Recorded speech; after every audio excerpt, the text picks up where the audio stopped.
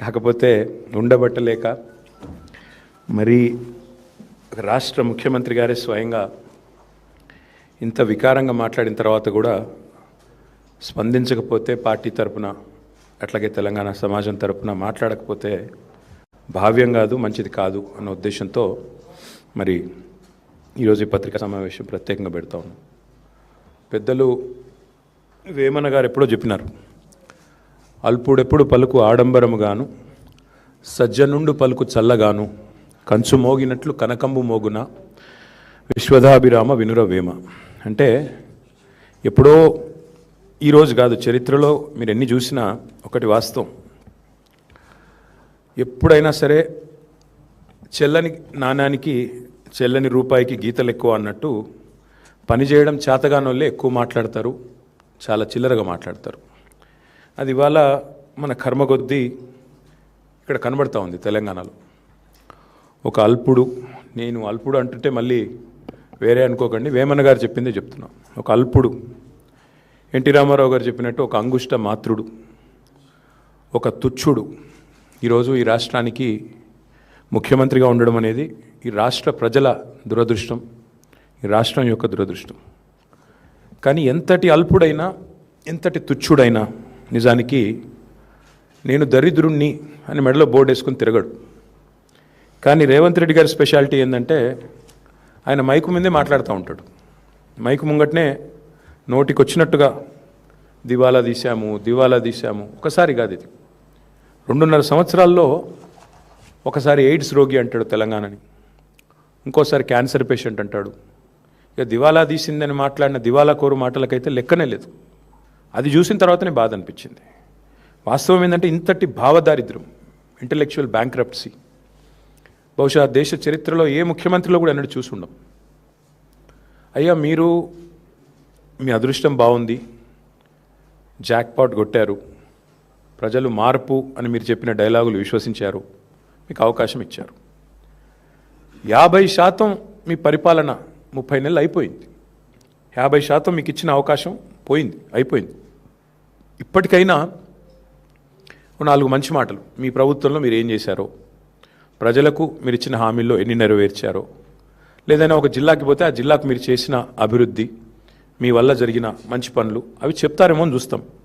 కానీ ఇంత ఇంటెలెక్చువల్ బ్యాంక్రప్ట్నెస్, ఇంత భావదారిద్ర్యం, రాజకీయ భావదారిద్ర్యం, ఇంత విచిత్రమైన పరిస్థితి బహుశా భారతదేశంలో ఏ రాష్ట్రంలో ఏ నాయకుడు, ఎంతోమందిని చూసాం, ముఖ్యమంత్రుల్ని, ప్రధానమంత్రుల్ని, కానీ ఎవరిలో ఇంతటి భావదారిద్ర్యం ఏమైతే చూడలేదు. అదంటారు చూడండి, తింటున్న పళ్ళెంలోనే మనుబోసుకున్నట్టు, తింటున్న అన్నంలోనే ఉంచినట్టు, నువ్వు నడుపుతున్న రాష్ట్రాన్ని తిట్టడం ఏం దరిద్రం అది నాకు అర్థం కాదు. నీవే కదా ప్రభుత్వానికి అధినేత, నువ్వు రాష్ట్రానికి ముఖ్యమంత్రి నువ్వు. సరే ఇంకా ఎన్ని రోజులు ఆ విషయం చెప్పే పని మాకైతే అర్థం కావట్లేదు. నేను ఆయన మాట్లాడిన మాటలు, ఢిల్లీకి పోతే ఇజ్జత్ లేదు, ఆయనే చెప్తాడు ఢిల్లీకి పోతే అక్కడ గౌరవం లేదు, ఇజ్జత్ లేదు అని. మరి 72 సార్లు ఎందుకు పోతున్నావు?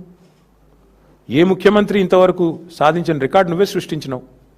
30 నెలల్లో 72 సార్లు అంటే సగటున నెలకు కనీసం 2.5 సార్లు ఢిల్లీకి పోతా ఉన్నావు. ఎవరు రమ్మంటున్నారు నేను? మరాడ ఎందుకు పోతున్నావు? ఢిల్లీలో ఇజ్జత్ లేకపోతే ఎందుకు పోతున్నావు అని అడుగుతా ఉన్నా. వాస్తవానికి నిన్న రేవంత్ రెడ్డి గారు ఎన్ని చెప్పినా ఒకటి వాస్తవం.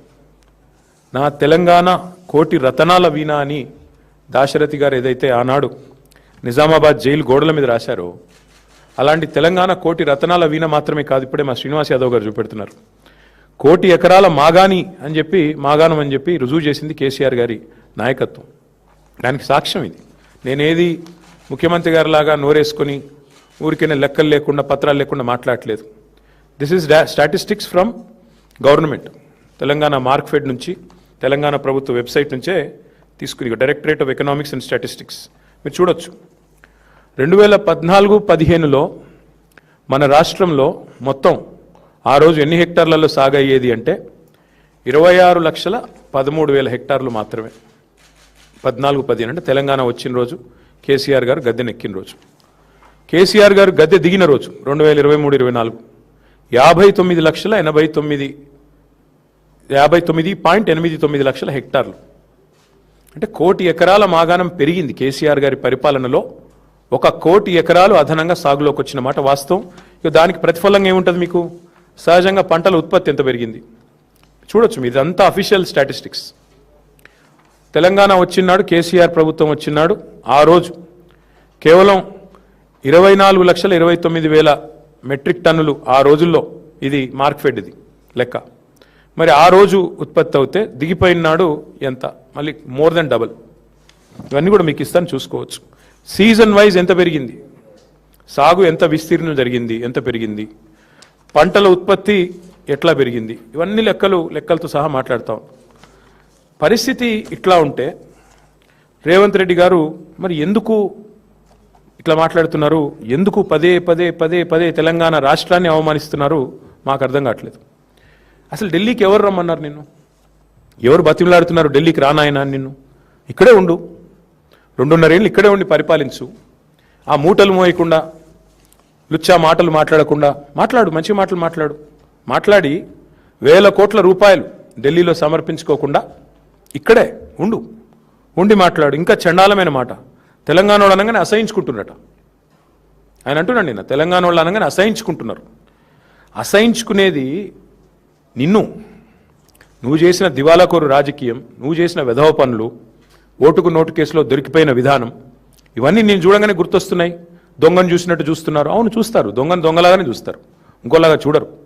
దొరను దొరలాగానే చూస్తారు, దొంగను దొంగలాగానే చూస్తారు. That is the world. ఇవాళ వాస్తవం ఏంటి అంటే తెలంగాణను చూసి ముక్కున వేలేసుకుంటున్నారు, తెలంగాణను చూసి ఆశ్చర్యపోతున్నారు. కేంద్రం సహకరించకపోయినా, ఎట్లా తెలంగాణ వాళ్ళు ఒక జాతీయ ప్రాజెక్ట్ ఇవ్వకపోయినా ఇంత సాగు విస్తీర్ణం ఎట్లా పెరిగింది, ఇన్ని పంటలు ఎట్లా అద్భుతంగా పండిస్తున్నారు తెలంగాణ రైతులు, ఏం మ్యాజిక్ చేసింది తెలంగాణ? పీయూష్ గోయల్ మాటలు చెప్పాలంటే క్యా చమత్కార్ కరే భయ్ తుమ్లోగ్ అన్నాడు. అది ఇవాళ తెలంగాణను చూసి దేశం ఆశ్చర్యపోతున్న తీరు. అసలు కేంద్రం సహకరించనే లేదు మేము 10 ఏళ్ళు ఉంటే. కానీ ఒక నేషనల్ ప్రాజెక్ట్ స్టేటస్ ఇవ్వకపోయినా అవతల వేరే రాష్ట్రాల్లో దశాబ్దాలుగా ప్రాజెక్టులు ఇంకా ములుగుతూ నడుస్తున్నా ఇక్కడ 4 ఏళ్లలోనే ప్రపంచంలోనే అతిపెద్ద లిఫ్ట్ ఇరిగేషన్ ప్రాజెక్ట్ కట్టింది తెలంగాణ. అది చూసి ఆశ్చర్యపోతున్నారు దేశం అంతా. నిన్నగాక మొన్న కదా మేఘాలయ ముఖ్యమంత్రి వచ్చి కమాండ్ కంట్రోల్ సెంటర్ చూసి ఎంత అద్భుతంగా ఉంది ఇది, నాకు స్వయంగా ఫోన్ చేసిండు. కాన్రాడ్ సాంగ్మా నాకు మిత్రుడు కాబట్టి ఫోన్ చేసి మరి ఏం అద్భుతం కట్టినారా కేసీఆర్ గారి విజన్, మీరు గవర్నమెంట్లో లేకపోవచ్చు కానీ మీ పరిపాలన ఫలితాలు ఇంకా కనబడతానే ఉన్నాయి, అద్భుతంగా ఉందని చెప్పి మరి ఇవాళ కాన్రాడ్ సాంగ్మా లాంటి నాయకులు మాట్లాడుతున్నారు. సూపర్ స్టార్ రజనీకాంత్ ఏమన్నాడు హైదరాబాద్కి వచ్చి, ఇది హైదరాబాదా న్యూయార్కా అన్నాడు, యాదికుందా? ఫాక్స్కాన్ చైర్మన్ ఏమన్నాడు, ఇది ఇండియానేనా అన్నాడు. గట్ల ఆశ్చర్యపోతుడు తెలంగాణను చూసి. నీలాంటి సన్నాసికి అర్థం కాకపోవచ్చు తెలంగాణ గొప్పతనం కానీ తెలంగాణ యొక్క ఎదుగుదల కానీ నీకు జీర్ణం కాకపోవచ్చు. నీ అజీర్తి వల్ల వచ్చిన ఇబ్బందుల్లో నువ్వు మాట్లాడుతుండొచ్చు. కానీ ఒకటి వాస్తవం, 10 ఏళ్లలో కేసీఆర్ ఒక సింహంలాగా పరిపాలించి నా రాష్ట్రం, నా సొంత రాష్ట్రం, నేను పోరాడి తెచ్చిన రాష్ట్రం అన్న దాంతో పట్టుదలతో, ప్రేమతో, దార్శనికతతో కష్టపడి పనిచేసి అందరిని ఒప్పించి మెప్పించి నిర్మాణాలు చేసిండు కేసీఆర్. నీ వల్ల, నీకున్న ప్రాబ్లం వల్ల సహజంగా నిన్ను చూడంగానే పారిపోతారు, నిన్ను చూడంగానే అవమానిస్తారు, నిన్ను చూడంగానే ఒక దొంగ వచ్చిండ్రా అనుకుంటారు. అది నీ కర్మ, మేమేం చేయలేం దానికి. ఇవాళ తెలంగాణ వాస్తవంగా చెప్పాలి అంటే అప్పులు కాదు మేము చేసింది, ఎంత అప్పు అని వీళ్ళ దోస్తే అడిగిండు, ఎవరో కాదు. వీళ్ళ దోస్తు ఒక ఆయన ఉన్నాడు, చీకటి స్నేహితుడు, మాధవనేని రఘునందన్ రావు అని ఎంపీ, బీజేపీ ఎంపీ, చీకటి దోస్తు రేవంత్ రెడ్డి. ఆయనతో నేను అడిగిపించిండు, ఏంది అసలు అప్పులు ఎంత అని పార్లమెంటులో ఒక ఎంపీ గారు అడిగితే పార్లమెంట్లో కేంద్ర ప్రభుత్వం ఇచ్చిన, మీ బడేబాయ్ ఇచ్చిన సమాధానం, మీ పెద్దన్న మీ బడేబాయ్ ఏం చెప్పినల్లా, కేసీఆర్ వచ్చిన రోజు అప్పులెంత, దిగిపోయిన రోజు అప్పులెంత అంటే ఇగో ఇది, this is the total picture presented to parliament by RBI by CAG. ఏమని చెప్పారు అందులో, కేసీఆర్ గారు అధికారంలోకి వచ్చిన రోజు 72,000 కోట్ల అప్పు రాష్ట్రం నెత్తి మీద ఉన్నది, కేసీఆర్ దిగిపోయిన రోజు 3,50,000 కోట్ల అప్పు, total public det of Telangana. ఇది పార్లమెంటులో సాధికారంగా కేంద్ర ప్రభుత్వం రిజర్వ్ బ్యాంక్ని అడిగి ఇచ్చిన లెక్క. నీ ఇప్పుడు అందులో ఏంటంటే విషయం, మేము వచ్చిన 72, మేము దిగిపోయిన నాడు 3,50,000. మరి అంటే ఎంత కేసీఆర్ చేసిన అప్పు? 2,78,000 కోట్లు. కానీ నీ పరిస్థితి ఎట్లుంది? నీకు వాస్తవాలు బయటకు వస్తే నీకు నచ్చలేదు, అందుకే నోటికొచ్చినట్టు ఎంత వస్తే అంత, ఒకరోజు 6 లక్షల కోట్లు అంటాడు, ఇంకో రోజు 7 లక్షల కోట్లు అంటాడు, ఇంకో రోజు 8 లక్షల కోట్లు అంటాడు. మరి నీ లెక్కలు నమ్మాలనా, లేక కాగ్ లెక్కలు, మరి ఆర్బీఐ లెక్కలు నమ్మాలా, పార్లమెంట్లో కేంద్ర ప్రభుత్వం చెప్పింది నమ్మాలా, ప్రజలు ఏది నమ్మాలా? ముఖ్యమంత్రి చెప్పు. తెల్లారు లేస్తే వెనకటికి ఎవడో మొహం బాలే తద్దంబలు కొట్టుకున్నట్టు నీకు పరిపాలన చేతగాక గత ప్రభుత్వం మీద ఇంకెన్ని రోజులు ఏడుపుల్ని, ఎన్ని అబద్ధాలంటే నేను ఒకటే వేదిక మీద, ఒకటే వేదిక, ఇద్దరు ముఖ్యమంత్రి ఉప ముఖ్యమంత్రి, నెంబర్ 1 అండ్ నెంబర్ 2. నెంబర్ 1 అంటాడు 30 నెలల్లో 1,75,000 కోట్లు ఖర్చు పెట్టిన రైతులకని నెంబర్ 1 సీఎం అంటాడు. అదే వేదిక మీద మరో ఒక 5-6 నిమిషాల తేడాలో ఉప ముఖ్యమంత్రి గారేమో 1,56,000 కోట్లు అంటాడు. అంటే వాళ్ళకే అబద్ధాల్లో కూడా పొంతం లేదు. 20,000 కోట్ల అంతరం అక్కడిదక్కడే 5 సెకండ్లు 5 నిమిషాల తేడాలో. అంత చండాలమైన పరిపాలన నీది. ఇంకొక మాట, ఇది కాగ్ రిపోర్టు. ఇందులో నెలకు ఎంత వీళ్ళు కట్టింది 2026-27తో సహా మొత్తం ఉంది, కావాలంటే 25 ఉంది, 26 ఉంది, 27 ఉంది. ఏ నెల కూడా వీళ్ళు 2,400 2,500 కోట్లు దాటి కట్టలేదు. కానీ ఏం చెప్తారు ప్రతిసారి 6,000 కడుతున్నాం, 6,000 కోట్లు కడుతున్నాం, 7,000 కోట్లు కడుతున్నాం. వాళ్ళ ఇష్టం, నోటికి మొక్కాల. ఇది కాగ్ లెక్క. మరి కాగ్ లెక్క నమ్మాలా, నీ కాకి లెక్కలు నమ్మాలా? అంటే అప్పుల్లో మీరు చెప్పేది తప్పే, మిత్తిల్లో మీరు చెప్పేది తప్పే. మళ్ళీ ఇంకా దాని మీదకి వెళ్ళి తెలంగాణ ఏదో దివాలా తీసిన రాష్ట్రం అని నువ్వు మాట్లాడే మాటలు. వాస్తవం ఏంటంటే నీ పాలనలో తెలంగాణ ఆస్తులు కోల్పోతుంది నీ వల్ల, నీ కుటుంబం వల్ల. ఎందుకంటే ఎంత ధనిక రాష్ట్రమైనా, ఎంత గొప్ప రాష్ట్రమైనా ఇంతమంది ఒకటేసారి దోపిడీకి దిగితే ఉంటుందా? 7 అన్నదమ్ముళ్ళు, ఆయన పొంగు లూటి, పక్కకెళ్ళి ఇంకా వేరే లూటి, ఒకరు కాదు 10 మంది ఒక దండుపాలెం ముఠాలాగా తగులుకుంటే ఎంత పెద్ద రాష్ట్రమైనా, ఎంత గొప్ప రాష్ట్రమైనా మీ భూదాహానికి 1,00,00,000 ఎకరాలు మీరు ప్రైవేటెడ్ లిస్టులో పెట్టి మీరు చేస్తున్న 30% లూటీకి, మిస్టర్ 30%లు, మినిస్టర్ 30%లు, మీ లూటీకి, నీ బెదిరింపులకి చివరికి మీ పరిస్థితి ఎట్లా ఉందంటే, మీ సొంత మంత్రుల కుటుంబ సభ్యులు చెప్తున్నారు కదా, పారిశ్రామికవేత్తల తలకు తుపాకులు పెట్టే దిగజారుడు సంస్కృతి ఇవాళ ఈ రాష్ట్రంలో తెచ్చిందేవాడు? రేవంత్ రెడ్డి కాదా? నీ ఇంటెనకాల నీ తమ్ముడు, నీ ప్రధాన అనుచరుడు తలకు తుపాకీ పెట్టిండని నీ మంత్రి గారి కుమార్తె చెప్తున్నది. That is the state of Telangana, that is the fate of Telangana under Revanth Reddy. మీ కబ్జాలు, మీ రెవెన్యూ మంత్రి కుటుంబ సభ్యులు, నీ అన్నదమ్ముళ్ళు, ఆఖరికి ఎల్ఎన్టీని కూడా ఇచ్చిపెట్టలేదు కదా మీరు. ఎల్ఎన్టీ సిఎఫ్ఓను జైల్లో పెడతా అని బెదిరిస్తేవి, ఎస్బీఐ వాళ్ళు కోర్టుకు పోతే వాళ్ళను బ్లాక్మెయిల్ చేయబడుతుంది. మరి నీ బేకార్ మాటలకు కొత్తగా ఎవడన్నా పరిశ్రమలు పెట్టాడు వస్తాడా? అందుకే నేను అనేది రేవంత్ రెడ్డి గారు, మీరు రాహుల్ బంధు బంద్ చేసి, పొంగులేటి బంధు బంద్ చేసి, బ్రదర్స్ బంధు పథకం బంద్ చేస్తే అన్ని సెట్ అవుతాయి. బ్రదర్స్ బంధు, పొంగులేటి బంధు, రాహుల్ బంధు, రైతు బంధు లేనేలేదు కదా ఈ రాష్ట్రంలో. ఇది వాస్తవం. ఇంకొక మాట కూడా నేను చెప్పేది వారికి, అప్పుల విషయంలో నువ్వు చెప్పేది శుద్ధ తప్పు. అట్లాగే మీరు నెల నెల కడుతున్న మిత్తిల విషయంలో నువ్వు చెప్పేది శుద్ధ తప్పు. సంపద విషయంలో కూడా నువ్వు చెప్పేది శుద్ధ తప్పు. తెలంగాణ వచ్చినాడు నెలకు తెలంగాణ యొక్క రెవెన్యూ 2014లో మేము అధికారంలోకి వచ్చిన కొత్తలో నెలకు 4,000 కోట్లు మాత్రమే తెలంగాణ రెవెన్యూ. అదే మేము దిగిపోయినాడు నెలకు 18,500 కోట్ల రెవెన్యూ పెంచి, అంటే 4.5 లక్షల కోట్లున్న జిఎస్డిపిని, గ్రాస్ స్టేట్ డొమెస్టిక్ ప్రోడక్ట్ని 15 లక్షల కోట్లకు తీసుకుపోయి, అంటే రాష్ట్ర సంపద పెంచి 4,000 కోట్లు నెలకు వచ్చే పరిస్థితి నుంచి 18,500 కోట్లకు తీసుకొచ్చి నీ చేతిలో పెట్టినాం. మరి ఇంకా కూడా సిగ్గు లేకుండా అప్పుల మీద తప్పే నువ్వు చెప్పేది, తప్పుడు ప్రచారం. సంపద మీద నువ్వు పెంచేది తప్పుడు మాటలే, సంపద మీద చెప్పేది తప్పులే. ఈ అన్నింటికి మించి మళ్ళీ రైతు బంధు విషయంలో కూడా మీరు నిన్నటికి నిన్న మీరు మాట్లాడిన దిగజారుడు మాటలు 1-2 కాదు, ఎన్ని తప్పుడు మాటలు నిన్న కూడా. రాష్ట్రంలో అంట ఈయన వచ్చినాకనే రైతులకి ఏదో గొప్ప పని చేసినాడంట. ఏం గొప్ప పని చేసినావా నువ్వు? వాళ్ళ రాష్ట్రంలో ఏ రైతుని అడుగుదాం చెప్పు. ఎంత మీరు ఎగ్గొట్టింది ఎంత ఇంతవరకు?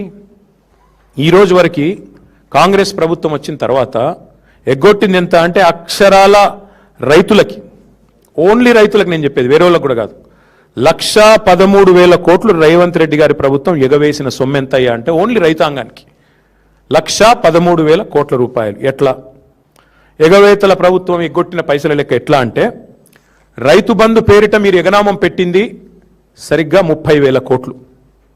ఓన్లీ రైతు బంధు పేరిట మీరు ఎగ్గొట్టింది 30,000 కోట్లు. కౌలు రైతులది కూడా కలిపితే మీరిచ్చిన హామీయే కదా 100 రోజుల్లో కౌలు రైతులకు కూడా ఇస్తామని.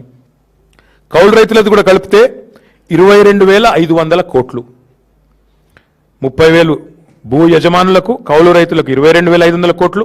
రుణమాఫీ, మీ కథ గుర్తుండాలి. రుణమాఫీది బ్యాంకర్లను అడిగితే 50,000 కోట్లు అన్నారు రుణమాఫీకి. ముఖ్యమంత్రి గారు వెంటనే 4 రోజుల్లోనే మాట మార్చి నాలుక మడతపెట్టి 50,000 కోట్లు కాదు, 1 సంవత్సరం, కావాలంటే అన్ని వీడియోలు ఉన్నాయి, ప్లే చేయమంటే కూడా చేస్తా, 1 సంవత్సరం కడుపు కట్టుకుంటే 40,000 కోట్లు ఎడమ చేత్తును కట్టేస్తా అన్నాడు. అంటే ముఖ్యమంత్రి లెక్క 40,000 కోట్లు. క్యాబినెట్కి వచ్చే వరకు 31,000 కోట్లు అయింది రుణమాఫీ. అక్కడికి వెళ్ళి బడ్జెట్కి వచ్చే వరకు 26,000 కోట్లు అయింది. చివరికి వాళ్ళు చెప్తున్న లెక్క నిజమే అనుకుంటే కూడా అల్టిమేట్గా ఆగింది 20,000 కోట్ల కాడికి. వ్యవసాయ మంత్రి గారి లెక్క 20,000 కోట్లు. ఒక్కొక్కరిది ఒక్కో పాట. బ్యాంకర్లు 50,000 కోట్లు, సీఎం 40,000 కోట్లు, క్యాబినెట్ 31,000, బడ్జెట్ 26,000, వ్యవసాయ మంత్రి లెక్క 20,000 కోట్లు. అంటే అందులో కూడా మీరు రైతు రుణమాఫీలో ఎగ్గొట్టింది 29,500 కోట్లు ఎగ్గొట్టింది. రైతు కూలీలకు మీరు పంగనామం పెట్టింది 15,000 కోట్లు. పంటల బోనస్ను బోగస్ చేసి ఎగ్గొట్టింది 16,000 కోట్లు. మొత్తం కూడితే 1,13,000 కోట్ల రూపాయలు కేవలం రైతులకే ఎగనామం పెట్టింది రేవంత్ రెడ్డి ప్రభుత్వం. ఎప్పుడు కడతావు ఈ బాకీ? ఎప్పుడు కడతావు ఈ బాకీ? కట్టిన ఇంకా చేయి పండుగలు. ఇంకా అట్రఫ్లాప్ సినిమాకు అర్ధశత దినోత్సవం చేసినట్టు అన్నదాతలను ఆగమాగం చేసింది చాలక మీదికెళ్ళి ఇంకా సభలు, సదస్సులు, వీళ్ళందానికి మళ్ళీ అందులో స్పీచ్లు, వాటికి కిందికెళ్ళి సీటీలు, కాదు పేపర్ యాడ్లు. చెప్తున్నా కదా, అట్రఫ్లాప్ సినిమాకు అర్ధశత దినోత్సవం అంటే ఇదే. బలవంతంగా జాకీలు పెట్టి లేపుతుంటారు చూడు, బాగుందా బాగుందా అని. వాళ్ళది వాళ్ళే మళ్ళీ డబ్బా కొట్టుకున్నాడు గట్ల. ఏం వెరగబెట్టినావు నువ్వు అసలు రైతులకి? ఏం చేసినావు చెప్పు. ఇన్ని రోజులు 2.5 ఏళ్లలో చేసింది ఒకసారి చెప్పు, మేము కూడా విని తరిస్తాం అందరం కూడా. అంటే ఎట్లా తయారైందంటే ఇప్పుడు నిజంగా అబద్ధం చెప్పడం అనేది ఆయన జన్మ హక్కు. అబద్ధం ఆయనకు 6వ ప్రాణం. అసలు అబద్ధాలు చెప్పకపోతే ఇక ఆయనకు ఇంకా వేరే ఏమీ రాదు అన్నట్టుగా మీటింగులు పెట్టి రోత మాటలు, రైతు మీటింగ్ అంటాడు, రోత మాటలు మాట్లాడతాడు.